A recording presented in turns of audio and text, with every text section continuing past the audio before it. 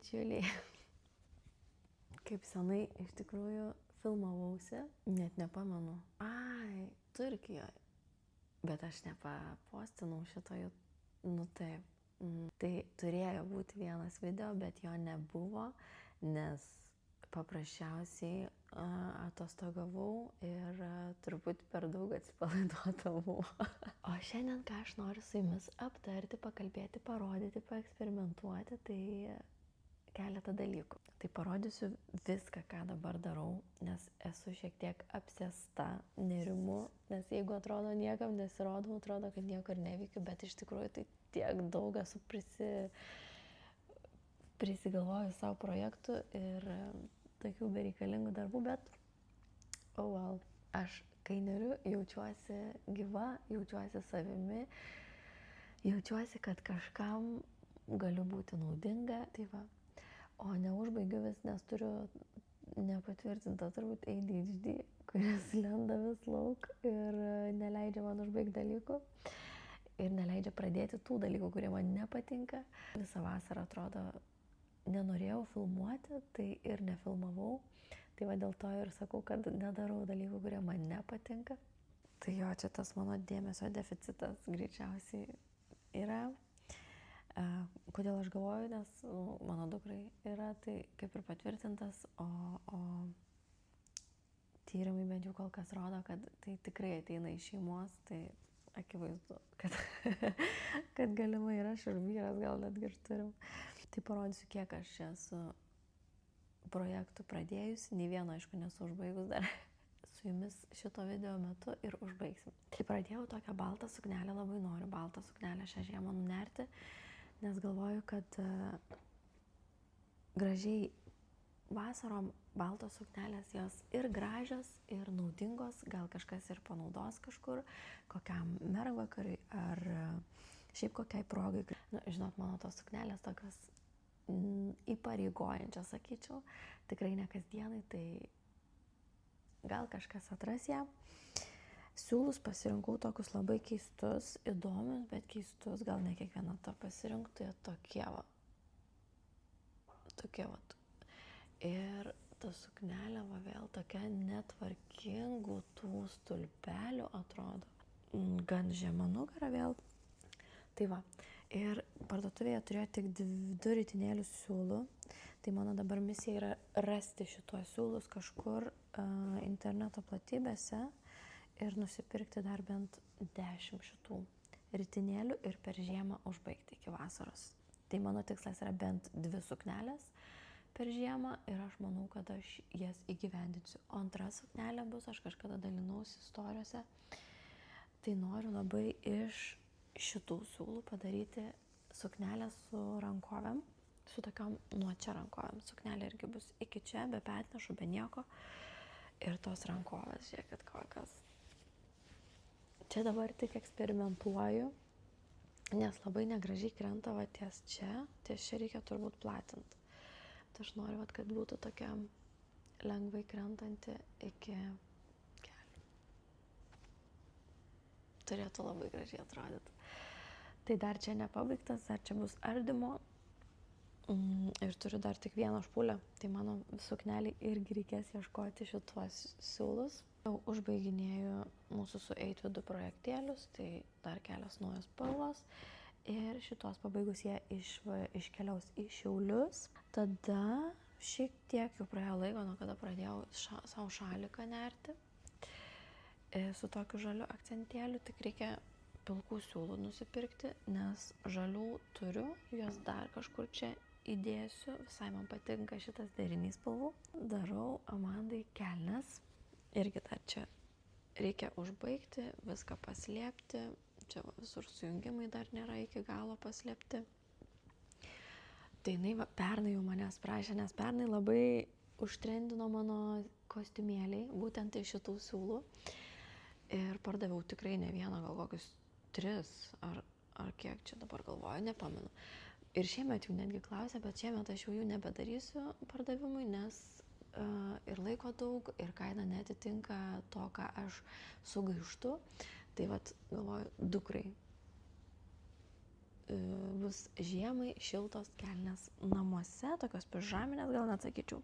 Na ir mano šio mėnesio žvaigždė Būklė siūlais, kuriuos atradau irgi visai netyčia, mačiau prie prekystalio padėtus parduotuviai ir aš jau turbūt 3 kartą atėjus į parduotuvę išdrįsau jos nusipirkti, nes galvojau, kad su jais nebus įmanoma nerti kažką. Tikrai sudėtingi siūlai, stori tokie. Ir neriant, patikėkit, nelabai matosi, ką aš ten neriu.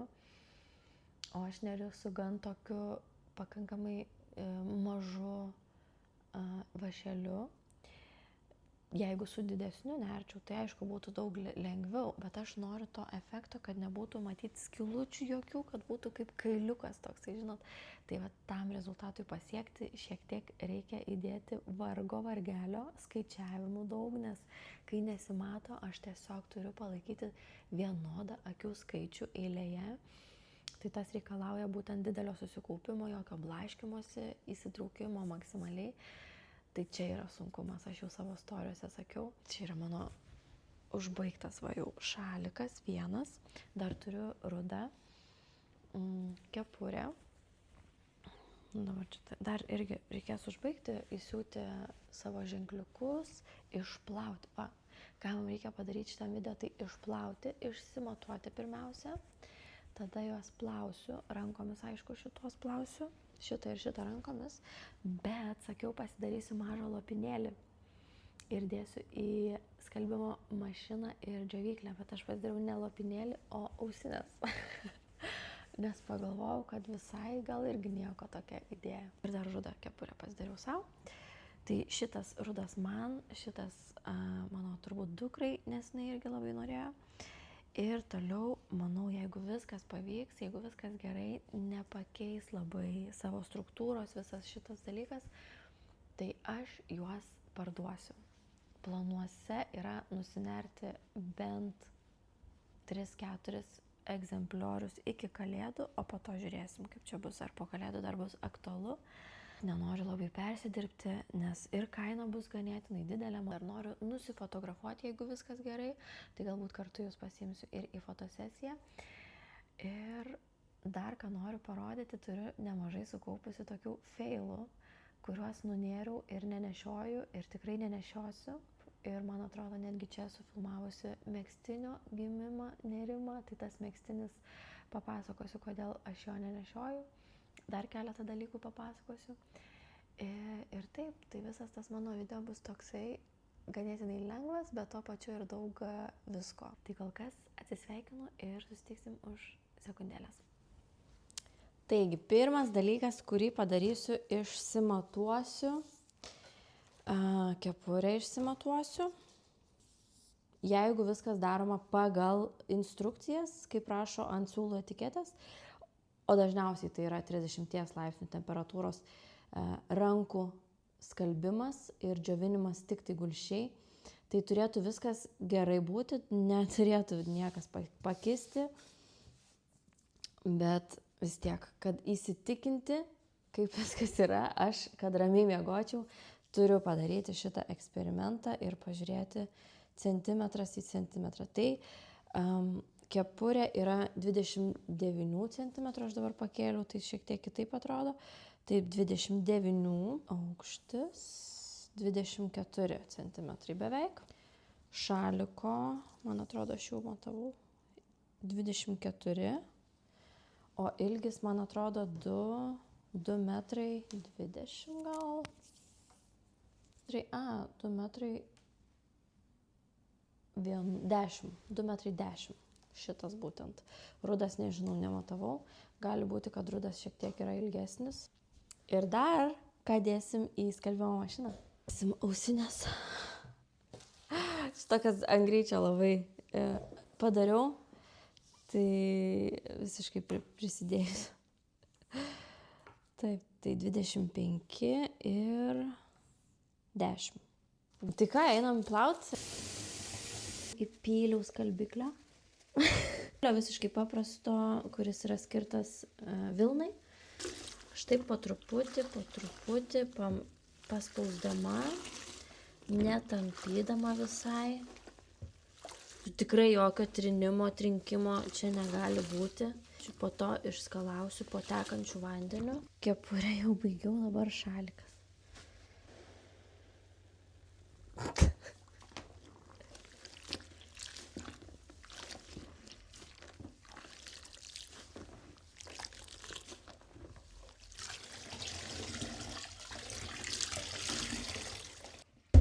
Šiek tiek nusidažė vanduo, bet man atrodo po 2-3 skalbimo neturėtų jisai dažyti.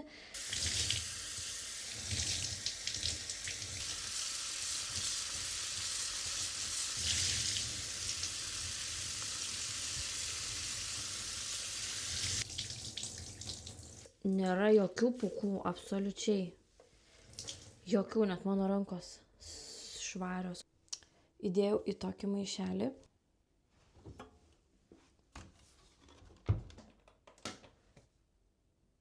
Aš žinokit, net paspaudžiau visiškai įprastą skalbimą. Įdomu, kas čia gausis, nes ir temperatūra gan aukšta, ir apsukų skaičius didelis. Tai žiūrėsim. Labai laukiu. Viskas, padžiojau ant vieno radiatoriaus savo kepurytę. Kol kas tobulai atrodo. Ir čia padžiojau šaliką. Taip nelabai kaip gražiai padėjau. Bet kaip ir sakiau, va čia va yra tų tokių nelygumų, kurie yra mano kaltė. Tai nieko tokio. Taisomės iš klaidų. Iki tobulumo visai netoli. Galvoju, kad galimai netgi vakare jau bus šiandieną ir išdžiūvę. Nes tokie purūs siūlai.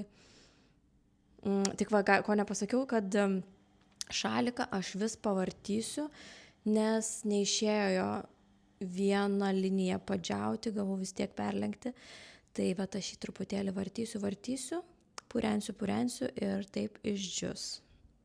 Tikėkime, bus viskas gerai. Ištraukiau iš skalbimo mašinos ir metu į džiovyklę. Žiūrėsim, kas čia man gausis. Šiaip nieko nenudažė dėl to, kad aš įdėjau netgi baltas kojines ir jos visiškai nepakeitė spalvos. Kokios buvo baltutėlės, tokios ir liko. Tiesa, išdžiūti šiandien tikrai nespės, nes dabar grįžom vakare namo ir dar yra šlapia ganėtinai. Tai manau, iki rytojaus teks vis tiek laukti. Ir pažiūrėsim. Sveiki, kitos dienos rytas ir turim išdžiūvusius mano šitos gaminius. Tai žinokit, man netgi dar labiau patinka, jie išplauti ir išdžiūvę. Išmatavau, visiškai niekas nepasikeitė, bent jau ten gal milimetras vienas kitas ir pasitraukė šiek tiek, bet man čia nėra kažkokio tai didelio minuso. Tuoj parodysiu, kuom čia man skiriasi ir kodėl netgi išskalbus ir išdžiovinus man atrodo gražesnis vaizdas.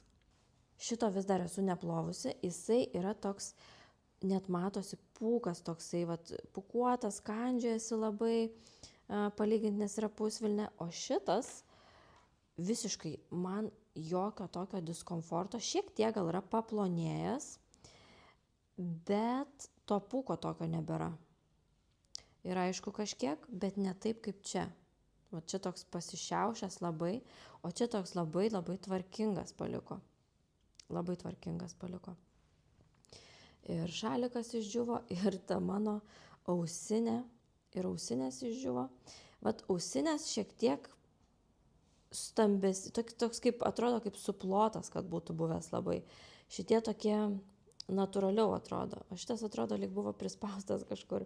Tai džiovinti džiovyklėje ir skalbti skalbyklėje nerekomenduoju, nes tiesiog taip nenatūraliai kažkaip atrodo.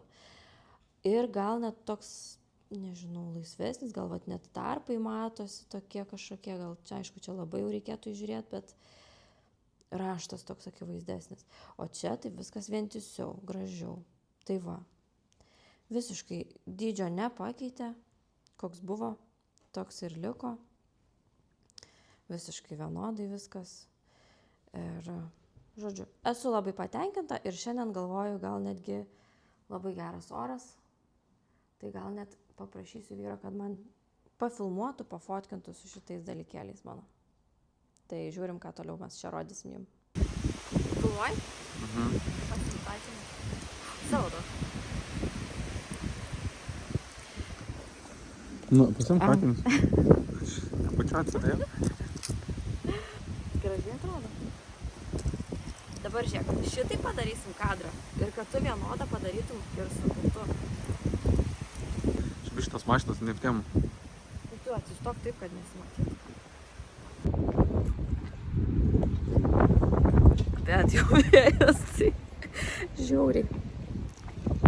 Filmuoji? Taip. Bele kaip filmuoju, žiūri, nes laikas neina.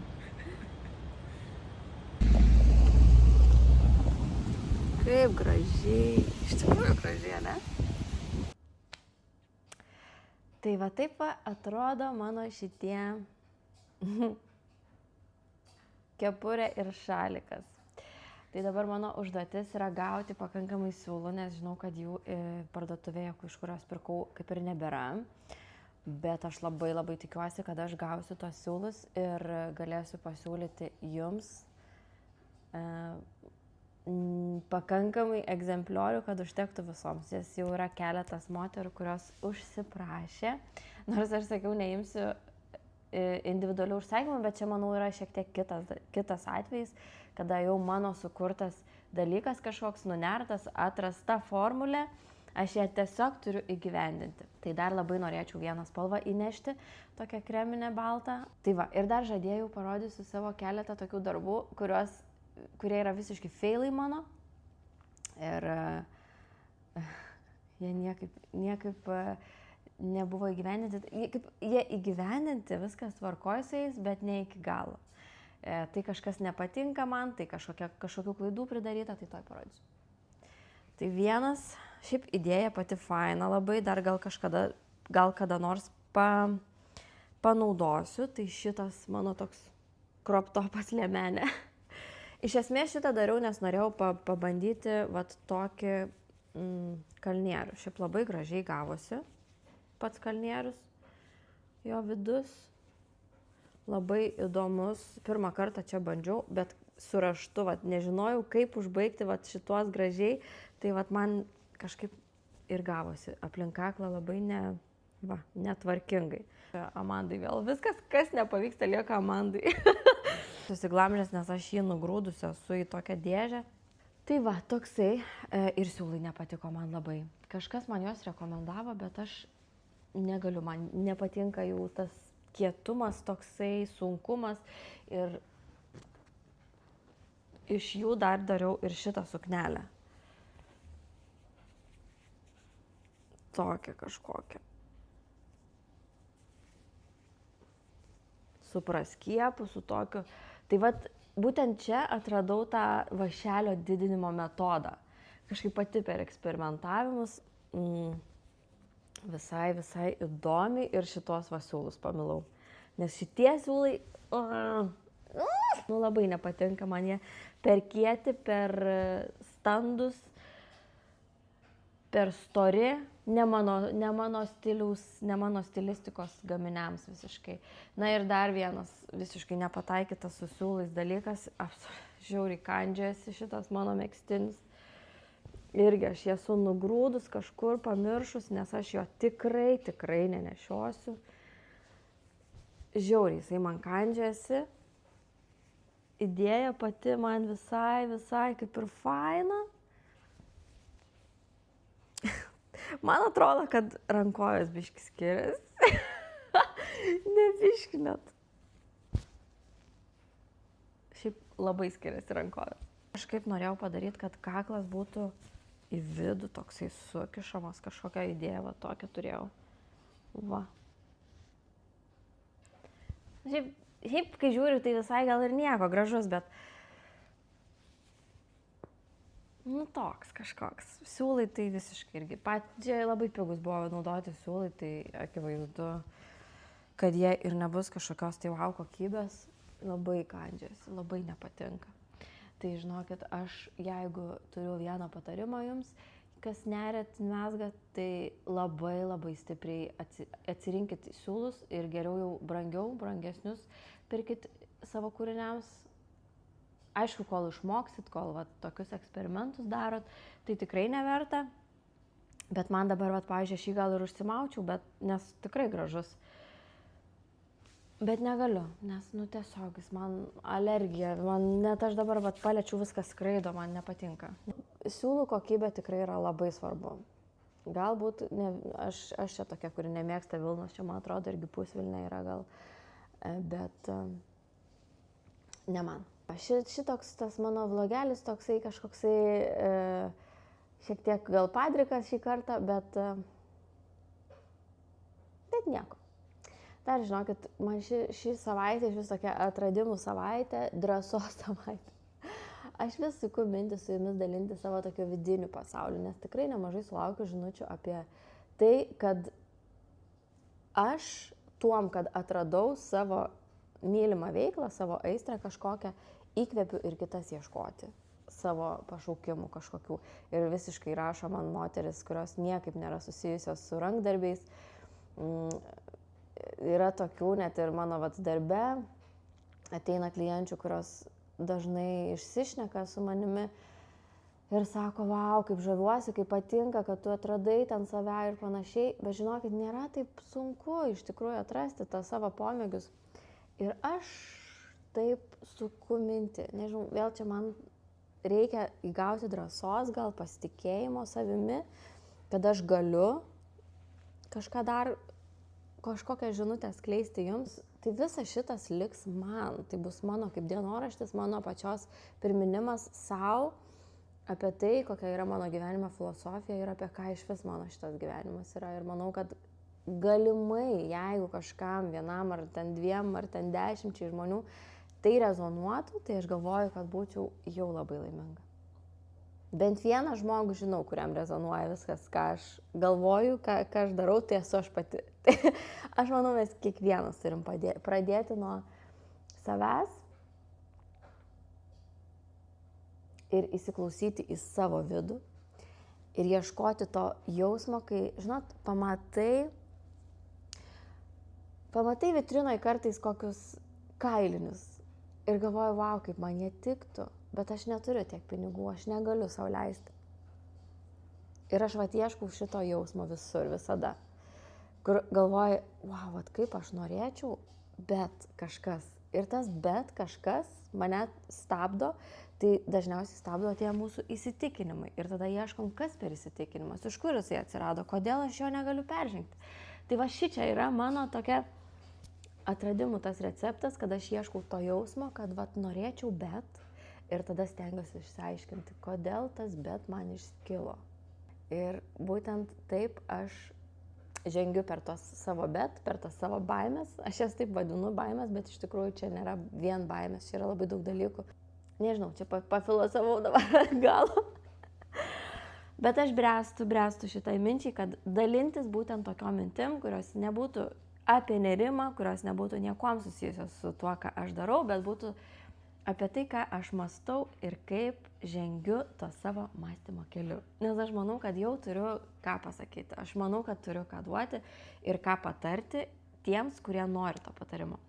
Tai va, komentaruose rašykite, jeigu norėtumėt kažkokio tokio turinio, kažkokioj kitoj platformai. Labai svarbu tai išgirsti ir jei tik tais galvojat, kad jums kažkaip galėčiau padėti savo žodžiais, savo patirtim, drąsiai rašykit man ir asmeninės žinutės ir Instagramą ir čia po komentarais tikrai labai mielai skaityti tas jūsų tokias įkvepiančias, gražias mintis ir labai dėkoju kiekvienai.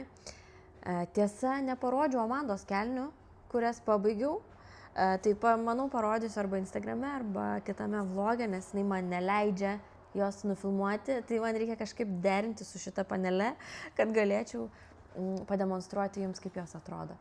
Tai va, tai tiek šiandieną ir labai ačiū jums, kas mane sekat, kas žiūrit. Labai džiaugiuosi, kad jūsų vis daugėja ir esu be galo laiminga ir tai mane skatina nesustoti. Tai iki kitų kartų ir labai lauksiu jūsų atgalinio ryšio. Mua.